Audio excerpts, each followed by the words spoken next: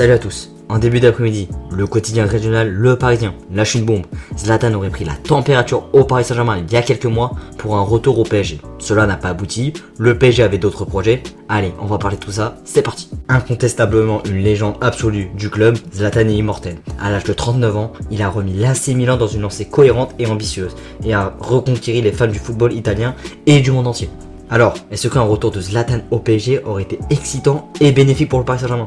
Déjà avant de commencer, Zlatan est mon joueur préféré, mais je resterai objectif évidemment sur cette analyse. Dans cette analyse, je vais bien nuancer le pour et le contre si une arrivée aurait été toujours d'actualité pour le géant suédois.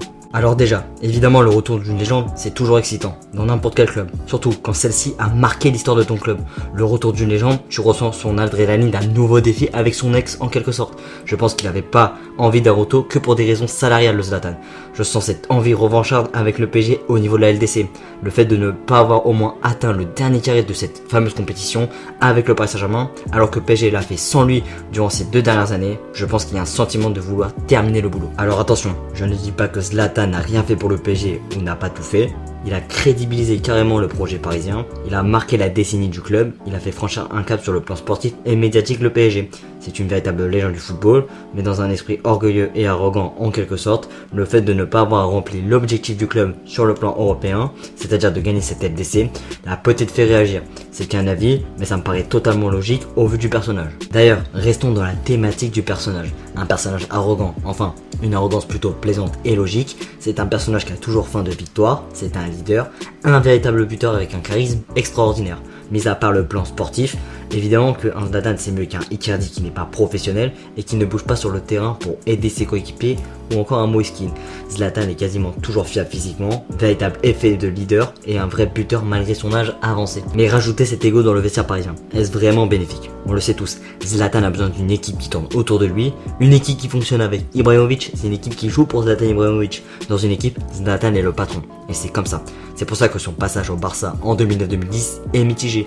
Malgré 22 buts en Liga, ça reste un passage moyen par rapport au joueur et par la suite de sa carrière, qui est incroyable. Ça ne pouvait pas fonctionner. L'équipe catalane commençait à tourner autour de Messi, un immense talent de la Masia, vainqueur d'une LDC, d'un ballon d'or en 2009, donc évidemment Guardiola préférait donner à Messi un rôle plus important que Zlatan, et c'est comme ça, et ça a payé. Pour ça je pense que d'ailleurs le PSG n'a pas pu gagner la LDC avec Zlatan.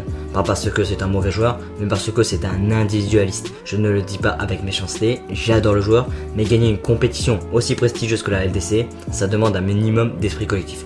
Regardez Liverpool en 2019, le Barça en 2015, le Real 4 fois en 10 ans, le parcours exceptionnel de l'Ajax en 2019, bref, même s'il y a des stars ou pas, personne tourne autour d'un joueur. Le collectif prime avant tout. Donc, ajoutez Zlatan dans un PSG qui se construit, tel qu'un collectif, avec des joueurs stars, des joueurs d'expérience et des jeunes qui ont encore plein de choses à prouver. C'est pas forcément la meilleure option. Et puis, acceptez l'idée d'un retour de Zlatan Ibrahimovic pour les dirigeants parisiens. C'est un peu une sorte de retour en arrière, comme si les dirigeants avaient fait une erreur.